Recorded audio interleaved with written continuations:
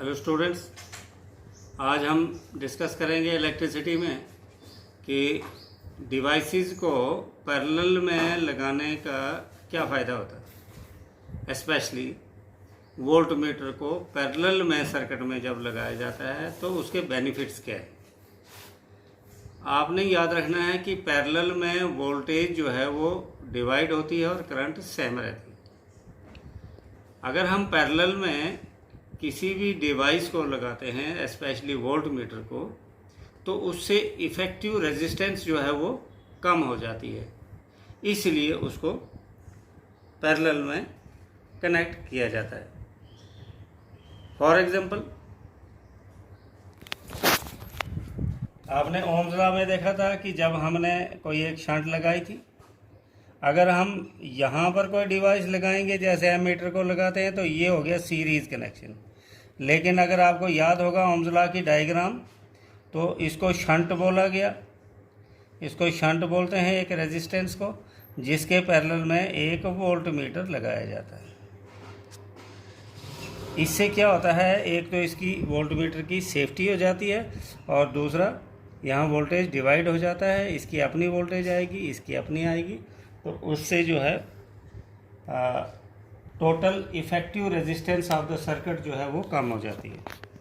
आइए कुछ कैलकुलेशन और करते हैं। हमारे पास 3 रेजिस्टेंसेस हैं। We are given 3 resistances, that is R1 is equal to 6 ohm, R2 is equal to 3 ohms and R3 is equal to 2 ohms। ये 3 रेजिस्टेंसेस दी हुई है, 2, 3, 6 ohm। ये कहता है कि इन रेजिस्टेंसेस को हम कैसे कनेक्ट करें कि टोटल रेजिस्टेंस जो है वो आनी चाहिए। टोटल रेजिस्टेंस या तो आनी चाहिए 4 ohms और या आनी चाहिए 1 ohm। तो देखिए, अगर हम इनको सीरीज़ में लगाते हैं तीनों को, 2 ohms, 3 ohms एंड 6 ohms, तो टोटल रेजिस्टेंस कितनी बनेगी। सीरीज़ में आपको पता है कि total this is R1, R2 and R3। R is equal to R1 plus R2 plus R3, तो ये आ जाएगा 2 + 3 + 6 दैट इज़ 11 ohms। इसका मतलब ये सीरीज़ में कनेक्शन नहीं होंगे, क्योंकि हमें या तो रेजिस्टेंस 4 ohms बननी चाहिए या 1 बननी चाहिए। इसका मतलब ये नहीं है। अब दूसरा ऑप्शन हमारे पास है कि ये पैरेलल में होंगे जी, एक रेजिस्टेंस, दूसरी रेजिस्टेंस और तीसरी रेजिस्टेंस। पैरेलल में भी देख लेते हैं। अब ये है बैटरी। अब यहाँ पर ये R1 है, R2 है और R3 है। अब आपको पता है पैरेलल में करंट डिवाइड होती है, वोल्टेज सेम रहती है, और इसका मतलब ये हुआ कि करंट इसकी अलग अलग है। अब हम टोटल रेजिस्टेंस यहाँ पर कितनी होती है, 1/R, ये होती है 1/R इज इक्वल टू 1/, ये है 2 ohms, 3 ohms और 6 ohms, ये दिया हुआ है। तो हो गया 1/2 plus 1/3 plus 1/6, cross multiply 1/R is equal to 5/6 plus 1/6, तो नीचे आ जाएगा 6, ऊपर 5 + 1, 1/R is equal to 6/6, 1/R is equal to 1/1, R is equal to 1 ohms। इसका मतलब ये वाला ठीक है। एक बार ये निकल गया हमारे पास कि अगर हम इनको रेजिस्टेंसेस को पैरेलल में लगाएंगे तो टोटल रेजिस्टेंस ये आएगी। अब एक और चाहिए हमें 4 वाला। अब देखिए इसको कैसे करते हैं। इसका मतलब पैरेलल भी हो गया और सीरीज भी हो गया। अब हमने कौन सा करना है, हमने करना है कॉम्बिनेशन में।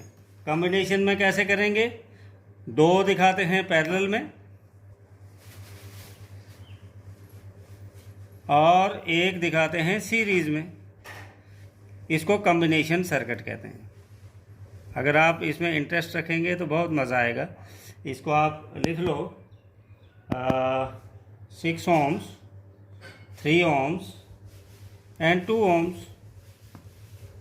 अब यहाँ पर आप देख लो कि किस तरीके से ये टोटल रेजिस्टेंस बनेगी। अब यहाँ पैरेलल फार्मूला लगाना है तो ये बन जाएगा 1/6 + 1/3। ये पैरेलल में है तो ये बन गया 1/6 + 1/3। तो 6 2 ये बन जाएगा 3/6 = 1/2। इसका मतलब ये 2 रेजिस्टेंसेस बन गई। एक रेजिस्टेंस ये बन गया हमारे पास, जिसकी रेजिस्टेंस कितनी निकली 1/2, दैट इज़ 0.5 ohms। ये हो गई 0.5 ohms। और दूसरी क्या हो गई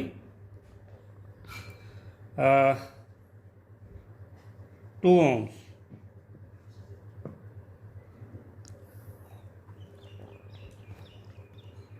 यहाँ थोड़ी सी मैंने करेक्शन की है।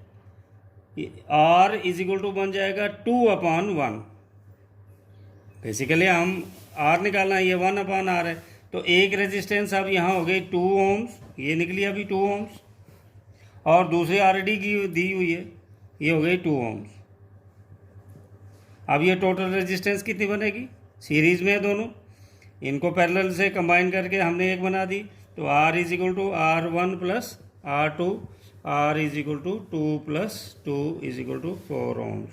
इसका मतलब एक हमारे पास ये वाला अरेंजमेंट होगा और एक पैरेलल वाला होगा। तो तब जाकर हमारे पास टोटल रेजिस्टेंस या 4 ohms आएगी या 1 ohm आएगी। स्टूडेंट्स, एक छोटा सा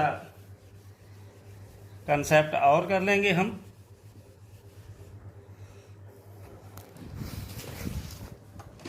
heating effect of electric current. आपको मालूम है कि जब भी हम किसी सर्किट में से इलेक्ट्रिसिटी पास करते हैं तो उसमें हीट पैदा हो जाती है। उसको ऐसे डिवाइसेस जो हीट पर काम करते हैं, तो वो करंट ने जो हीट पैदा की और इस हीट का जो आगे हम बेनिफिट लेते हैं। Let I is the current flowing through a resistor. फर्ज करो I करंट उसमें पास होती है और रेजिस्टेंस R है और पोटेंशियल डिफरेंस है V। उस वक्त जो है हमारे पास पोटेंशियल डिफरेंस = होता है V × Q। Therefore source must supply energy = VQ, that is voltage × charge in time t। इसका मतलब P = कितना हो गया, P = हो गया V × Q/T। और एनर्जी हमने सर्किट में से सप्लाई की टाइम t में, तो बन जाएगा P × T। मैं आपको यहाँ कैलकुलेशन में करके दिखा देता हूँ। हमारे पास ये बन जाएगा V × Q, हमारे पास ये PD निकल गया, पोटेंशियल डिफरेंस। इसका मतलब उसको इतनी एनर्जी मिलनी चाहिए इन टाइम t। इसका मतलब है कि पावर कितनी हो जाएगी, वोल्टेज × Q/T। अब यहाँ आप ओम्स लॉ के हिसाब से देखेंगे कि I = होता है Q/T। तो इसका मतलब ये है कि हम इसकी जगह पे I लिख सकते हैं। तो P = बन जाएगा V × I। अब एनर्जी जो हमने सप्लाई की, that is P × T = V × I × T in time t है।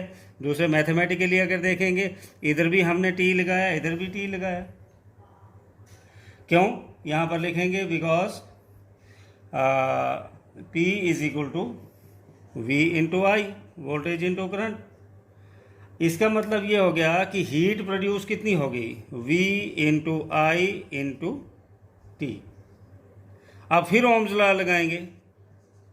ओम्स लॉ के हिसाब से जो V है वो किसके, इधर देखो टेबल बना लो, VIR VIR, V is equal to कितना आता है, I इंटू आर।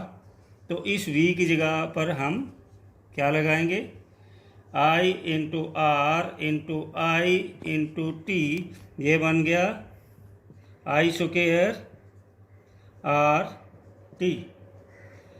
इसको बोलते हैं जूल्स लॉ ऑफ हीटिंग। ये आगे कैलकुलेशन में भी हम करेंगे कुछ न्यूमेरिकल्स इसी बेस पर। ये आपने याद रखना है कि H is equal to I square R T, that is Joule's law of heating. Thank you very much.